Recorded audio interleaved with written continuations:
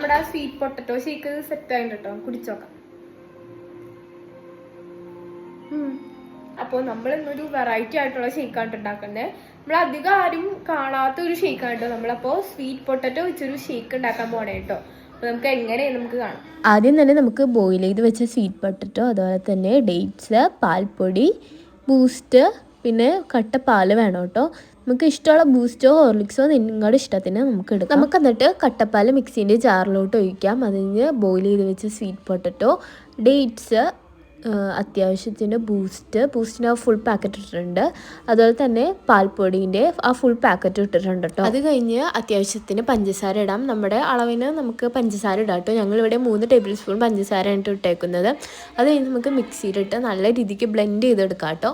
So അങ്ങനെ നമ്മുടെ sweet potato shake ഇവിടെ റെഡി ആയിട്ടുണ്ട് കേട്ടോ. അപ്പോൾ നമുക്ക് കുടിച്ചു നോക്കിയിട്ട് എങ്ങനെയാണ് നമുക്ക് നോക്കാം.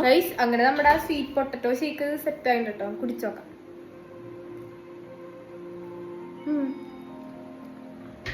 അടിപൊളിയാണ് കേട്ടോ.